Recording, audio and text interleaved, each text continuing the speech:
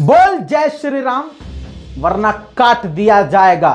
अबे बोल जय श्री राम वरना दाढ़ी में आग लगा दी जाएगी। अबे बोल जय श्री राम कटुए वरना जान से मार दिया जाएगा। हमने बहुत सारे मुसलमानों का कत्ल किया है, तू क्या चीज है बुड्ढे। बोल जय श्री राम, बोल जय हनुमान, बोल जय श्री राम वरना काट देंगे, मार देंगे साले कटुए। भारत में अगर रहना है जय श्री राम कहना है, समझे। हमारा हिंदुत्व इतना कमजोर है कि जब तक मुस्लिम समाज के लोग जय श्री राम नहीं बोलेंगे हमारा हिंदुत्व मजबूत नहीं होगा। हमारे राम ने मोहब्बत करना नहीं, जय श्री राम दूसरे समुदाय के लोगों से बुलवाना सिखाया है कि बेटा जाओ बंदूक लेके, डंडा लेके, लाठी लेके और बूढ़े बुजुर्ग को पकड़ के, कमजोर निहत्थे को पकड़ के बुलवाओ जय श्री राम। जब वो जय श्री राम बोलेगा तो मुझे ताकत मिलेगी, मुझे लगेगा कि हाँ मेरे भक्त हैं, मेरे मानने वाले हैं। दोस्तों अभी कल ही मैंने यमुना विहार का कांड आपको दिल्ली का बताया था कि घर के अंदर घुस के महिलाओं बच्चियों को हिंदू आतंकियों ने मारा। दोस्तों अब राम के नाम पे आतंक बढ़ता जा रहा है। एक टाइम था, एक वक्त था कि जब जय श्री राम के नारे हम सुनते थे तो अच्छा लगता था, पॉजिटिव फीलिंग्स रहती थी यार। हमारे हिंदू समाज के लोग हैं, हमारे भाई हैं, जय श्री राम, मतलब एग्रेशन नहीं दिखता था, पीस, मोहब्बत, प्यार, नरमी नजर आती थी। पहले होता था जय श्री राम, अब है जय श्री राम, जय श्री राम। ये समझ रहे हो, पहले था जय श्री राम, अब है जय श्री राम, जय श्री राम। आपको बहुत अजीब लग रहा होगा लेकिन ये ना ग्राउंड की हकीकत है। अब दोस्तों पिछले से पिछले हफ्ते 3 मुस्लिम लड़कों की मॉब लिंचिंग की गई और करवाई गई। करवाई कैसे गई अभी मैं आगे आपको बताने वाला हूं। उसमें भी बीजेपी का हाथ है और कैसे है वो भी आपको बताने वाला हूं। दोस्तों यमुना विहार में मुसलमान के घरों को घेर कर मुसलमान परिवार को मारा गया, समझे। और उसमें बीजेपी के बड़े बड़े नेता भी शामिल हैं और जिन्होंने मारा उसमें नेताओं का लिंक भी सामने आ रहा है। तो दोस्तों अब पुलिस से, कोर्ट से न्याय की उम्मीद तो आप भूल ही जाओ। मजे की बात यह है कि इतना सारा जुल्म होने के बावजूद मुस्लिम समुदाय अच्छे बच्चे कैसे ऐसे, मुंह पे उंगली कैसे ऐसे, बिल्कुल ऐसे वाला हाल है। और ऐसे वो सोच रहे हैं हम बैठेंगे तो हम बच जाएंगे। नहीं, तुम ऐसे बैठे हो ना, समझो लाइन में लगे हो और आगे से मारे जा रहे हैं सब, तुम्हारा भी आएगा नंबर। दोस्तों अब इसी तरह दोबारा से गाजियाबाद में आतंक का चेहरा सामने आया है। 70 से 80 साल के बूढ़े शख्स को, जी हां, जबरदस्ती 5 हिंदू आतंकवादियों ने, जय श्री राम वाले आतंकियों ने घेर लिया, अगवा कर लिया और उनको बेरहमी से मारा। आप देख नहीं सकते, दिखाऊंगा जो मैं फुटेज उसको मैं थोड़ा सा सेंसर करूंगा, ब्लर करूंगा, क्योंकि तस्वीरें आपको विचलित कर सकती है और YouTube की पॉलिसी को हमें नजर में रखना है। बुजुर्ग हैं सूफी अब्दुल समद सैफी। जी हां दोस्तों, ये अपने घर जा रहे थे, लोनी गाजियाबाद का इलाका था। ऑटो में बैठे, ऑटो में जब बैठे तो 2 लोग उसमें पहले से मौजूद थे और आगे और भी लोग उसमें बैठे। पूरी प्लानिंग की गई थी कैसे घेरा गया और फिर ऑटो में बैठने के बाद उनके गमछे से ही उनका मुंह ढक दिया गया। फिर इनको दूसरी जगह ले जाया गया, वहां पर इनको बुरी तरह से पीटा गया, बहुत पीटा गया, बहुत। मैं आपको बता नहीं सकता हूं, तस्वीरें आप देख लीजिए। बुरी तरह से पीटा गया। पीटने के बाद इनकी दाढ़ी काट दी। दाढ़ी काटने से मुसलमान की श्री राम खुश हो जाते हैं। और जो झूठ बोल बोल के दाढ़ी बढ़ाए भाइयों बहनों, उसकी दाढ़ी से इन्हें फर्क नहीं पड़ता है, उसकी काटने का दम नहीं है, उसे खुद दम नहीं है कटवाए दाढ़ी। क्योंकि रविन्द्रनाथ टैगोर बने हुए हैं तो थोड़ा सा लोग शर्म कर रहे हैं, अरे हमारे पापा रविन्द्रनाथ टैगोर में मिलते हैं भाई। खैर थूकिए उन पर। इधर देखिए, बुरी तरह से बुजुर्ग, यार 5-6 नामर्द। राम वाले में क्यों बोल रहा हूं, क्योंकि अभी आप बयान भी सुनेंगे, मैं अपने मन से नहीं बोल रहा हूं। जय श्री राम का नारा बुलवाया जा रहा था कि जय श्री राम बोल। अब मैं डिटेल आपको नहीं, डिटेल तो ये बुजुर्ग इंसान ही आपको बताएंगे क्या हुआ, कैसे हुआ। बिना प्रूफ के आपका ये भाई बात नहीं करेगा। इतना बुरा मारा इन हिंदू आतंकियों ने, हमारे समाज के सड़े हुए अंग ने। महापुरुष राम के नाम पे आतंक देखिए, और इसको प्रमोट करने वाली सिर्फ भाजपा है। चुनाव आने वाले हैं ना भाई, अब दाढ़ी काट दी गई, बुरी तरह से मारा गया। दोस्तों अब मैं चाहता हूं कि आप पहले बुजुर्ग का बयान सुन लें कि कैसे कैसे हुआ था सब कुछ। तो ये क्या नाम है आपका? तो बताइए क्या हुआ चाचा आपके साथ में? यहाँ से बॉर्डर से यहाँ गया, बैठे पे मैं ऑटो वालों ने मुझे बिठा लिया और बिठाल के 2 आगे चल के बैठ गए और वो मुझे ले गए। बैठे जाना था मुझको, वो आगे आगे चलते रहे और मेरे ये रुमाल को यूं ठप दिया मेरे यूं, और एक इधर से पकड़ लिया, एक इधर से पकड़ लिया और मुझे मारने लगे और बहुत दूर जंगल में ले जाकर कमरे में बंद कर दिया मुझे। और कमरे में बंद कर खूब लात घूसे बजाए और कभी गए सिया राम के नारे लगाओ, जय सिया राम, जय सिया राम। और मैं अल्लाह अल्लाह के बाद तो मार लगा गए और मैं इतनी मार लगाई कि मैं हाथ पैर मार दिया और मेरे बदले एक आदमी ने इधर से हाथ पकड़ लिया, एक इधर से हाथ पकड़ ले, और कभी पिस्तौल उन्होंने मेरे यहाँ रख दी थी कि आज तुझे नहीं छोड़ेंगे, हमने बहुत आदमियों मुसलमानों को मारा है और तू कहाँ से आया है और कहाँ जाएगा, और आज हम तुझे मार के छोड़ेंगे और जिंदा नहीं छोड़ेंगे तुझे। और मुझे मतलब 3 बजे से मारते 7 बजा लिए और 7 बजाने के बाद में जब भी मारते रहे और मैं भतेरा चिल्लाता है, चिल्ला गया तो जब भी मार लगा गए, चुप हो। और मैं अल्लाह कह गया तो कह भाई कि तू मंत्र पढ़ रहा है, हमारे पर मंत्र पढ़ रहा है। मैं मंत्र न पढ़ रहा, मैं अल्लाह को याद कर रहा हूँ। बोले अल्लाह को याद न कर, जय श्री राम के और राम राम के। अब मुझे जबरदस्ती एक दूसरे की और वीडियो बनाते रहे वो मेरे सामने और अपने वो दिखाते रहे मुझे कि ऐसा करेंगे हम तो मुसलमानों के साथ में मारेंगे पीटेंगे। और मेरी इतनी लंबी दाढ़ी थी, सारी के चिल्ला के काट दी उन्होंने, बदमाशों ने। और 5 आदमी थे और उन्होंने अंटरों से मार लगाई और मतलब लठ मारे। मैं रो गया, चिल गया। तो मुझे मतलब ये बहुत मारा, इतना मारा कि मैं चले।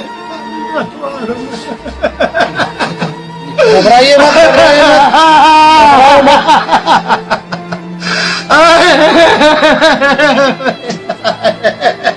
दोस्तों अब जो अंधभक्त हैं वो जाहिर सी बात है जो मॉब लिंचिंग कर रहे हैं मुसलमानों की, उनको बचाने के लिए करनी सेना सामने आ रही है। महापंचायत की जा रही है कि जिन्होंने मुसलमानों को मारा अच्छा काम किया है, हम कब तक चुप रहे। मतलब समझ रहे हो क्रोनोलॉजी, ये सब बीजेपी के द्वारा किया जा रहा है। अब आगे प्रोपेगेंडा ये चल रहा है कि ये बूढ़ा शख्स झूठ बोल रहा है, ये जो है प्लानिंग है मुसलमानों की। मतलब गंदगी देखिए, एक तो चोरी ऊपर से सीना जोरी, ठीक है, वो वाला हाल है। अब अगर ऐसी बात है तो जख्म भी देख लीजिए। ये वो रुमाल है जिससे उन्होंने उनका मुंह काटा। इनकी दाढ़ी पहले बहुत बड़ी थी और फोटो भी मैं आपको दिखाऊंगा। ये देखिए, ये इनकी चोटें हैं। आप देखिए किस तरीके से कैसे कैसे कितने लाठी डंडे, कितने अंटर, किस तरीके से इनके इधर भी मैं दिखा नहीं सकता, ये बाप की समान है। जैसा ये हो रहा है ऐसे इनके नीचे से हिप हो रहे हैं। जिस तरीके से इतना बुरा हो रहा है इस तरीके से इनकी नीचे की टांगे भी हैं। मैं आपको बताऊं, ये हाथ बात सब इनका देख लीजिए क्या जख्म है, बहुत मारा है। दोस्तों मुझे नहीं लगता कि आप अगर इंसान हैं और आपके दिल में इंसानियत है, आप किसी भी धर्म से हो, ऐसी तस्वीर देखने के बाद आपका दिल नहीं दुखा होगा, मैं नहीं मानता। हाँ, लेकिन अगर बीजेपी का नफरत वाला इंजेक्शन आप ले चुके हैं तो फिर आपको फर्क नहीं पड़ेगा, क्योंकि जो भी बीजेपी से जुड़ा हुआ है, जो भी विंग से जुड़ा हुआ है, आरएसएस से जुड़ा हुआ है, उनके दिल, दिमाग, जहन, मन, विचार में सिर्फ यही है कि मुसलमान की महिलाओं का बलात्कार करना है, प्रेग्नेंट महिलाओं के पेट को फाड़ के उनका बच्चा बाहर निकालना है और उस बच्चे की गर्दन काटनी है और मुसलमानों को जिंदा जला देना है। अब आपको लग रहा होगा मैं झूठ बोल रहा हूं, मैं फिर से वो वीडियो दिखा दूं और दिखाता रहूंगा, इनको जलील करता रहूंगा। देखिए, मेरा नाम ठाकुर शेखर चौहान, उत्तर प्रदेश प्रदेश अध्यक्ष करणी सेना। हमारे आदरणीय राष्ट्रीय अध्यक्ष सूरजपाल अम्मू जी ने हमें यहाँ भेजा है अपने आदेश निर्देश के अनुसार। हम नियमों में आए हैं और नियमों में अभी जा रहे हैं। अगर हमारे राष्ट्रीय अध्यक्ष जी का आदेश हो तो गोली चलाना और प्रहार की तो बहुत बड़ी बात है। अगर किसी को खरोंच भी हिंदू धर्म के लोगों को आ गई, हमारे गुरुजी को आ गई, तो इनके घर से हम औरतों के पेट में जो बच्चा है कोख में से निकाल के मारेंगे। औरतों के पेट में जो बच्चा है कोख में से निकाल के मारेंगे। औरतों के पेट में जो बच्चा है कोख में से निकाल के मारेंगे। अब बीजेपी और आरएसएस के लोगों ने सोशल मीडिया पर प्रोपेगेंडा रन करना शुरू कर दिया कि ये बूढ़ा व्यक्ति झूठ बोल रहा है। अभी ये ऐसे ही चला रहे थे कि ये झूठ अफवाह फैलाई जा रही है, मुसलमानों के साथ ऐसा नहीं हुआ, मुसलमान के साथ ऐसा नहीं हुआ। इसी बीच में गाजियाबाद की पुलिस का बयान सामने आ गया, जिस बयान ने इन सभी अंधभक्तों और भाजपाइयों के पिछवाड़े पर जूता मार दिया है। बयान में बताया है इंस्पेक्टर ने कि एक बंदे को अरेस्ट कर लिया गया है, बाकी की तलाश जारी है। देखिए, सोशल मीडिया पर थाना लोनी बॉर्डर क्षेत्र से एक वीडियो वायरल हो रहा है, जिसमें एक बुजुर्ग व्यक्ति से कुछ नवयुवकों द्वारा मारपीट व अभद्रता की जा रही है। इस संबंध में पूर्व में ही थाना लोनी बॉर्डर पर अभियोग पंजीकृत है। मुख्य अभियुक्त वर्तमान में जेल में निरुद्ध है। अन्य अभियुक्तगण की गिरफ्तारी शीघ्र कर उनके विरुद्ध आवश्यक विधिक कार्रवाई सुनिश्चित की जाए। दुनिया में जहां जहां मेरे देखने वाले लोग हैं, मैं बता दूं उनको कि जो असली हिंदू है ना, वो खुद ही इन हिंदुओं से परेशान हैं, जो कि राम के नाम पे आतंक मचा रहे हैं। क्योंकि जितना मैं एक मुसलमान होने के बाद हिंदुत्व को जानता हूं, उसमें वायलेंस नहीं है, नफरत नहीं सिखाई गई है, उसमें आतंक, किसी को मारना काटना, वो भी राम के नाम पे। चलो लड़ाई दंगा होता है, लेकिन राम का नाम लेके तुम किसी निहत्थे को, बुजुर्ग को, बच्चे को मार डालो। दोस्तों, यही 2014 से बीजेपी ने किया है और संघ ने किया है। चुनाव आने वाले हैं और अभी ये और बहुत कुछ होगा। दोस्तों, बहुत सारे ऐसे हमारे हिंदू समाज के लोग इन्हीं लोगों से परेशान हैं जो देश में नफरत फैला रहे हैं। बुजुर्ग के मारे जाने के बाद, पीटे जाने के बाद ऐसे बहुत सारे हिंदू समाज के लोग सामने आए जिन्होंने इसकी निंदा करी। देखिए पहला ट्वीट, अशोक शर्मा ने ट्वीट किया, बुजुर्ग की बेइज्जती किस संस्कृति में पवित्र है? इंसानियत को बार बार शर्मसार कर क्या साबित करना है? कल अपने बुजुर्ग माता पिता के साथ भी ऐसा ही करोगे? कुछ तो गंभीर रूप से गड़बड़ है। समाज बीमार होता जा रहा है। कुछ सोचें, कुछ करें। दोस्तों, अगला ट्वीट मनोज का देखिए। इन्होंने लिखा है, यूपी पुलिस को टैग करते हुए, यूपी पुलिस को शायद ही सबूत मिले, राम राज में ये आम हो गया है, अब उम्मीदें भी की जाएं तो कैसे? पीएमओ को टैग करते हुए आगे लिखा, पीएमओ दलितों और मुस्लिमों की लिंचिंग पर किस तरह का संज्ञान नहीं लेता? क्यों? जाहिर सी बात है, यही बात मैं भी बोलता आ रहा हूं कि मुसलमानों का कत्ल किया जा रहा है, मुसलमानों को मारा जा रहा है, दलितों के साथ क्या क्या किया जा रहा है। लेकिन मजाल है कि योगी हो, मोदी हो, अमित शाह ने कोई एक जुमला भी कहा हो। इससे इनका खामोश रहना इस बात का सबूत है कि सब कुछ वहीं से चल रहा है। देखिए, पुलिस जो है हमारे हाथ में नहीं है, पुलिस उनके हाथ में है। समझ में आई बात? जो ऑर्डर मिलता है पुलिस वो करती है, ठीक है। पुलिस में भी कई सारे ऐसे लोग मौजूद हैं, क्योंकि इंसान बुरे होते हैं, कोई धर्म बुरा नहीं होता। अब पुलिस वालों में भी ऐसे कट्टरवादी लोग होते हैं। हमने दिल्ली दंगों में देखा किस तरह से जनगणमन बुलवा के लोगों को मारा गया है, पुलिस के द्वारा ही पीटा गया है। बहुत सारी तस्वीरें ऐसी सामने आ चुकी हैं। लेकिन दोस्तों, ये पुलिस वाले क्या सारे के सारे ही खराब हैं? नहीं, जाहिर सी बात है, ऑर्डर देने वाला ऊपर बैठा है, वही सब कुछ चला रहा है, जिसे हम कहते हैं सरकार। दोस्तों, अगला ट्वीट देखिए निशांत गुप्ता का, नफरती संगठन द्वारा बोई गई फसल को वोट के रूप में काटने की एक और कवायद है। यह समाज को ऐसी घटनाओं का संज्ञान लेकर और प्रेम व मैत्री का भाव दिखाना चाहिए, उससे नफरत का राक्षस बौना हो जाएगा और यह जिम्मेदारी हिंदू समाज की है। मनदीप सिद्धू ने साफ साफ लिख दिया, भाई UP elections campaign starts, this is only way for them to win, remember Muzaffarnagar riots before 2017। दोस्तों, ऐसे बहुत सारे हमारे हिंदू भाई हैं जो हक के लिए बोल रहे हैं, लेकिन संघी इन्हें ही टारगेट करेंगे। अब जिनके ट्वीट मैंने दिखा दिए हैं, शायद अब इनको ही टारगेट किया जाए, इनको ही श्री राम का नाम लेके गालियां बकी जाएं। संघियों से गिरा हुआ, भाजपाइयों से गिरा हुआ कोई नहीं है भाई साहब। दोस्तों, भाजपा के राज में आतंक मचा हुआ है। आपको लग रहा है कि ये सिर्फ मुसलमान के साथ है, नहीं। मुसलमान के साथ साथ छोड़िए, पत्रकार और आम नागरिक सेफ ही नहीं है। जो भी सरकार के खिलाफ बोले वो सेफ नहीं है। अब आपको प्रयागराज का एक एबीपी का रिपोर्टर है, उसके बारे में बता देता हूं जल्दी।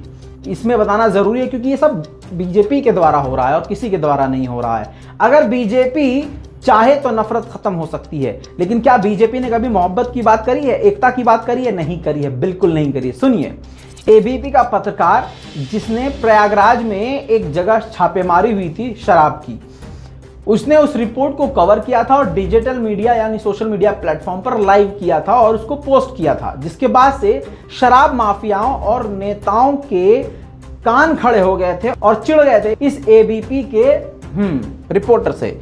अब उसने, पत्रकार ने लेटर लिखा पुलिस को और सुरक्षा की मांग करी। लेटर में आपको फुल स्क्रीन पे दिखा देता हूं ताकि आप वीडियो को रोक के आराम से देख लें। देखिए, पत्रकार का नाम है सुलभ श्रीवास्तव। जी हां, आपको बता दूं, एक दिन पहले 12 जून ही एडीजी जोन प्रयागराज को जान माल की सुरक्षा के संबंध में दी गई एप्लीकेशन। ठीक है, एक दिन पहले सुरक्षा के लिए दी थी, भैया मुझे सुरक्षा दीजिए। दूसरे दिन 13 जून संदिग्ध हालत में उनकी लाश मिली। अब देखिए, उत्तर प्रदेश में अपराधगढ़ के नाम से विख्यात प्रतापगढ़ में पत्रकार भी सुरक्षित नहीं है भाई साहब। पत्रकार भी अब उत्तर प्रदेश में सुरक्षित नहीं है। ये एप्लीकेशन है आपके सामने जो उन्होंने खुद लिखी है, सुलभ श्रीवास्तव। उनका नंबर भी आप आखिर में देख सकते हैं और उन्होंने साफ साफ लिखा है। अब आप स्क्रीनशॉट लेके आराम से पढ़िएगा। मैंने मतलब शॉर्ट में बता दिया है कि जो शराब माफिया वाले लोग थे वो जो है इससे नाराज हो गए थे, बंदे से, पत्रकार से। अब मजे की बात इसमें यह है कि आप ये देखिए, एबीपी, पूरा एबीपी इस पर खामोश है। जी हाँ, एबीपी न्यूज इसमें खामोश है, लोगों ने बोला है। आप कुलदीप सिंह भाटी को देखिए, इन्होंने एबीपी को साफ साफ बोला है, आप लोगों का बंदा है, इसके लिए कुछ तो करो। लेकिन एबीपी गंगा और एबीपी न्यूज बिल्कुल खामोश। क्यों दोस्तों? जब किसी की दलाली की जाती है ना, जब किसी की दलाली करना शुरू करते हैं तो फिर अपना भी नुकसान होने पे खामोश रहना पड़ता है। तो ये एबीपी यानी गोदी मीडिया की औकात आप देख लीजिए। अपना ही बंदा मारा जा रहा है तब भी कुछ नहीं कर पा रहे हैं। मजाल है एक खबर इसके बारे में खुद के पत्रकार के बारे में चला दें। दोस्तों, ये है हाल हमारे भारत का और हमारी सरकार का। दोस्तों, राम के नाम पे आतंक लगातार बढ़ता जा रहा है और आपको बता दूं ये बढ़ेगा। अब अम्मू को कौन नहीं जानता, करनी सेना के लीडर, जी हां, जिन्होंने आसिफ की मॉब लिंचिंग पर अरेस्ट हुए लोगों को, यानी जिन आतंकियों ने मॉब लिंचिंग करी थी, उनको बचाने के लिए महापंचायत गठन करी। महापंचायत आई भी बिना परमिशन के, बिना प्रशासन से पूछे। हजारों लाखों लोग इस प्रदर्शन में शामिल हुए और पंचायत में शामिल हुए, जिसमें इन्होंने हेट स्पीच दी, मुसलमानों को उल्टा सीधा बोला। और आपको बता दूं कि अब पुलिस ने कंफर्म किया है कि यह हेट स्पीच थी। प्रूफ लगा रहा हूं, देखिए। A hate speech at a Mahapanchayat in support of those arrested for beating to death Asif Khan, a gym trainer. This Mahapanchayat in Indri village of Nuh district held last week saw Karni Sena President Surajpal Ammu making a hate speech. दोस्तों, अब आप ये देखिए कि जिस बंदे ने hate speech दी और पुलिस ने कंफर्म भी किया कि हाँ ये हेट स्पीच थी, सारे कानूनों को ताक पे रखा और मुसलमानों के लिए जहर उगला। इसके बाद बीजेपी ने क्या किया? बीजेपी ने इसको अपना प्रवक्ता बना दिया। ये देखिए, थोड़ा सा जूम करो इस लेटर को। हाँ, इनका नाम दिख रहा है आपको? बीजेपी ने इनको अपना प्रवक्ता बना दिया। तो बीजेपी क्या चाहती है आप समझ सकते हैं। ये राम के नाम पे आतंक सिर्फ ये बीजेपी कर रही है और यही करेगी और कोई नहीं करेगा। दोस्तों, इसके बावजूद मुसलमान की औकात ये है कि 2 वर्ड वो बोल नहीं सकता, सामने आ नहीं सकता। जितना मैं कर रहा हूं उतना छोड़िए, मेरे जितना मैं कर रहा हूं उसका 5% भी कोई नहीं कर रहा है। जितना मैं बोल रहा हूं उसका सिर्फ 50% भी लोग बोलना शुरू कर दें तो शायद सामने वालों में डर बैठे। अब हम न्याय की उम्मीद में बैठ जाएंगे यमुना विहार में मारा गया, बुजुर्ग को मारा गया, कल आपको मारा जाएगा, परसों किसी और को मारा। आप खामोश रहिए, कुछ मत कीजिए, आराम से सुकून से बैठिए, बिरयानी खाइए, दाल गोश्त खाइए, और हाँ, अपने मुस्लिम जो बड़े बड़े नेता हैं उनके डायलॉग को हाँ रील्स पर, सोशल मीडिया पर एडिट करके पीछे बढ़िया सा उर्तुगुल गाजी का म्यूजिक लगा के शेयर कीजिए और उसी को देख के खुश होइए। यह आपकी औकात है। खामोश रहो, मरते रहो। मैं हूं रजा, आप देख रहे थे रजाग्राफी। मन करे तो शेयर कीजिएगा, वरना शेयर भी मत कीजिएगा, आपसे उम्मीद भी नहीं है। जय हिंद।